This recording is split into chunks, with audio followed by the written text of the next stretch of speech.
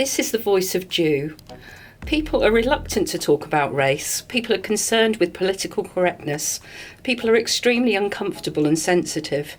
This kind of platform for people to open up and have a safe space regardless of gender, race, etc., and talk about issues is so important.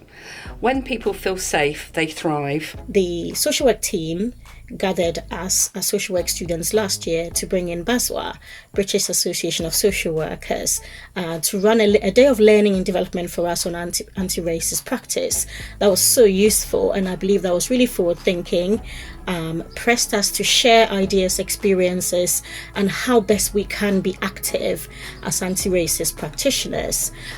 Following on from that, the steering group was set up, and it has been wonderful in seeking and sharing the views, ideas and experiences of members, and how best the university and the health and social sciences team can support students, lecturers, practitioners, practice educators. The discussions around racism and anti-racism have been incredibly inspiring, asking the difficult questions, often not really having the right answers, but exploring as a group, how do we get that balance? How do we make sure that those who are from different minority ethnic groups are able to fully access social work learning as a student, but also that our practice is the best it can be, so that everybody who meets us is able to get the best service.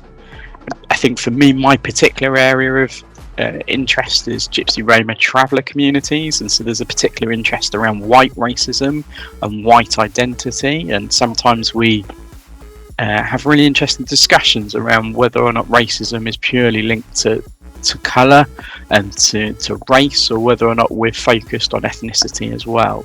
And I think that helps us to realise some of the nuances, some of the challenges that these conversations have, because the obvious answers are often not the right answers. This is the voice of Christina. As a middle-aged black Zimbabwean woman, I was inspired to join the anti-racist steering group by the different influences and experiences in the past 2 years, and my experiences as a black woman affected by racism in the UK. I also had an opportunity to attend an anti-racism social work practice Siobhan McLean webinar. This spurred me on to reflect on my own experiences and think about my own contribution to anti-racist social work.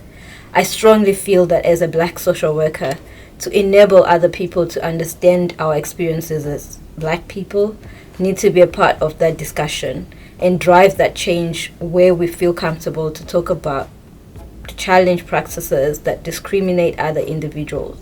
As a black person, I would like allyship. I would like people to understand my lived experience and what I am going through.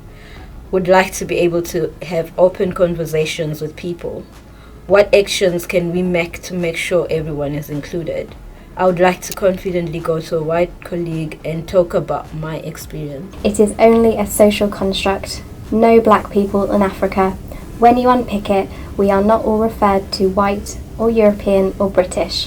Why are black people Africans? You lose your tribe, your country. You are just one person lumped in with black people. We are all unaware of our perspective, projecting our preconceptions. As a practice educator and practice tutor working with students on placements in third sector and statutory organisations, in my view it is vital that we work to improve the knowledge and skills of our colleagues in these organisations about anti-racist practice. I'm involved with this group as I worked with a student who was subjected to racist treatment in a placement. I found this to be offensive and unacceptable that she had been sent to a placement where she was treated in this despicable manner. I considered that as an educational establishment that welcomes students from all over the world to study, we should make a concerted effort to stand against racist practice.